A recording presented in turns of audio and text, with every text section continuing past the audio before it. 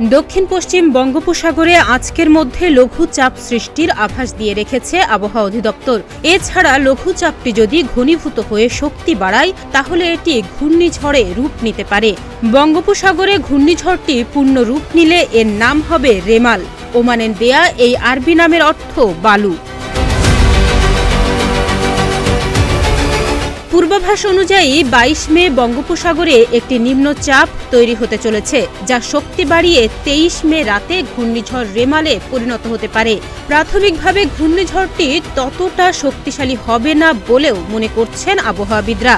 এখন পর্যন্ত অনুমান করা হচ্ছে ঘূর্ণিঝড় হলে রেমালের কেন্দ্রে বাতাসের গতিবেগ ঘণ্টায় ১৪০ কিলোমিটার হতে পারে।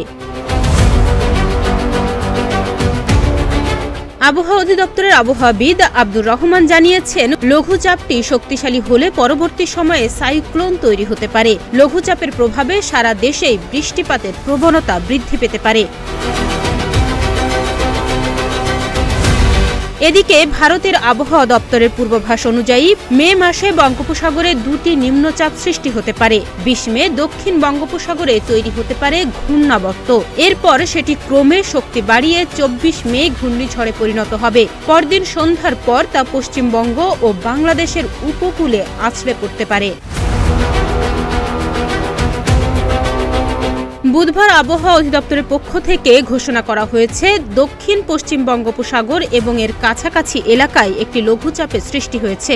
লঘুচাপটি বুধবার ও বৃহস্পতিবার সকালের মধ্যেই সুস্পষ্ট লঘুচাপে পরিণত হতে পারে। আগামী শুক্র বা শনিবারে একটি নিম্নচাপে পরিণত হতে পারে। নিম্নচাপ থেকে ঘূর্ণিঝড়ের সম্ভাবনা কতটুকু এ বিষয়ে আবহাওয়াবিদরা বলছেন, ঘূর্ণিঝড় সৃষ্টির আশঙ্কা রয়েছে, তবে এখনও তা নিশ্চিত করে বলা যায় না। উপকূলে লঘুচাপের কারণে সৃষ্ট সম্ভাব্য ঘূর্ণিঝড়ে দুই ধরনের প্রভাব বাংলাদেশের উপর পড়তে পারে বলে জানিয়েছেন আবহাওয়াবিদ খালিদ হোসাইন। প্রথম সম্ভাবনা হিসেবে তিনি বলেছেন, যদি এটি বাংলাদেশের পশ্চিমে তথা সুন্দরবন উপকূলে আঘাত করে তবে সিস্টেমের ডান পার্শ্ব তথা খুলনা ও বরিশালের উপকূলবর্তী নিচু এলাকা কয়েক ফুট জলোচ্ছ্বাসে প্লাবিত হতে পারে। এছাড়া প্রায় সারা দেশেই বেশ ভালো বৃষ্টিপাত সংঘটিত হতে পারে। আর দ্বিতীয় সম্ভাবনা সম্পর্কে তিনি বলেন, যদি এটি উড়িষ্যার আশেপাশে ল্যান্ডফল করে তবে এর একটা আউটার কনভার্জেন্স জোন চট্টগ্রাম ও বরিশালে ভালো বৃষ্টিপাত ঘটাতে পারে। অন্যদিকে খুলনা অঞ্চলে সাইক্লোনের প্রভাব সরাসরি পড়তে পারে।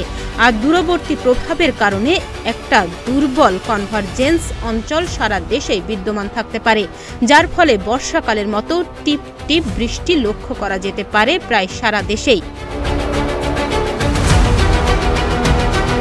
তিনি আরও বলেন, সিস্টেম যত বেশি শক্তিশালী হবে তত এটি কেন্দ্রের দিকে সংকুচিত হয়ে আসে, যার ফলে মেঘের ব্যাসার্ধ কমে যায়। অন্যদিকে যত কম শক্তিশালী হয় মেঘ তত দূরে ছড়াতে থাকে, যা একটি বিস্তীর্ণ অঞ্চল জুড়ে বৃষ্টিপাত ঘটাতে পারে। এসব কারণে বাংলাদেশে বেশ ভালো বৃষ্টিপাত হবে বলেই ধারণা করা হচ্ছে। ডেস্ক রিপোর্ট, প্রতিদিনের বাংলাদেশ।